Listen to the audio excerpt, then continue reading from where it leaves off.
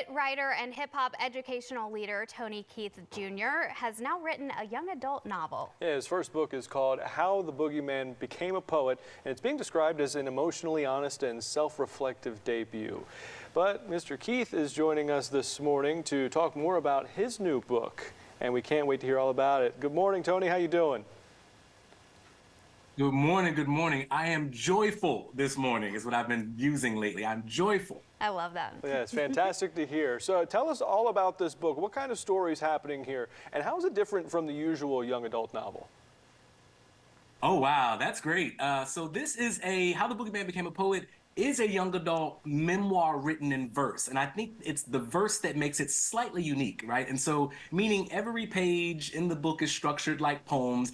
It's rhythm and rhyme and metaphor and alliteration. I think, it's written poetically. But there are three kind of main stories that readers are going to experience in this book. And one is, how did I become a first generation college student?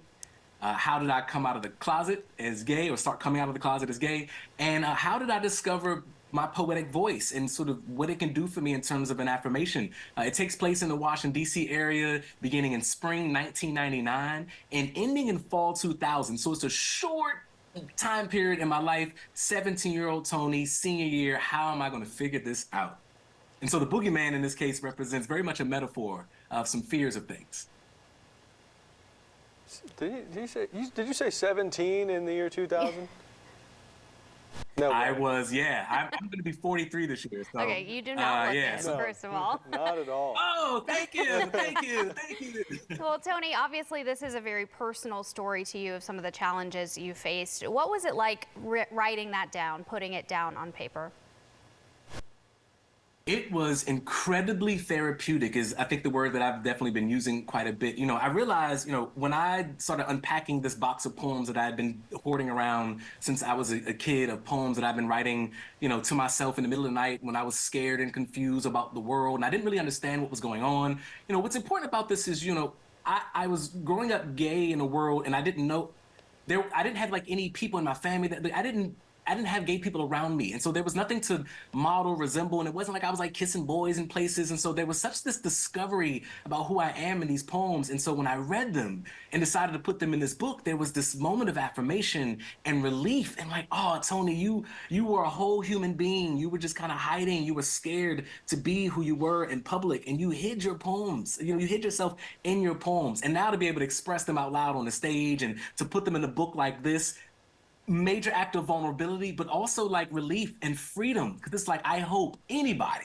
who's dealing with any kind of identity related issues is able to read this and say, wait a minute, I'm a whole human person. I belong. I'm a wonderful human being. I deserve to be here. I have purpose, to find affirmation in this story.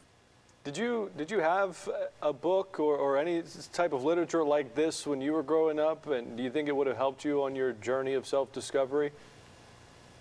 I did not have a book like this. Had I known about people like Elin Harris and maybe even James Baldwin, and, I did have poetry books written by Langston Hughes, but these are individuals that I didn't know, weren't straight. And I write about that a bit in this book. But I do know that if I had a book like this, and especially one that was written in verse, so that it sounds cool to read and it reminds me that I'm human, I probably would have found freedom, mental freedom, emotional freedom a lot sooner.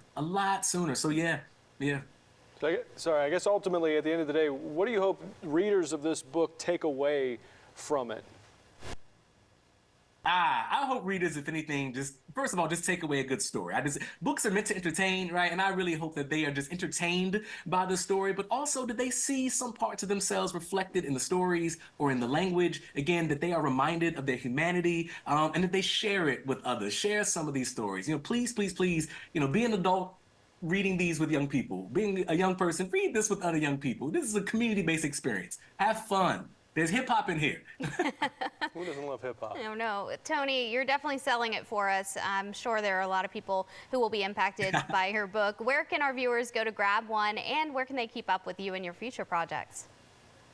Fantastic. Well, How the Boogeyman Became a Poet is available anywhere that books are sold, including online retailers. I just personally, appreciate when individuals consider their local independent bookstore first. But you can find me at www.tonykeithjr.com or on all the socials at Tony Keith Jr. Fantastic. Tony Keith Jr., thanks again for being with us, and congratulations on the book. Thank you.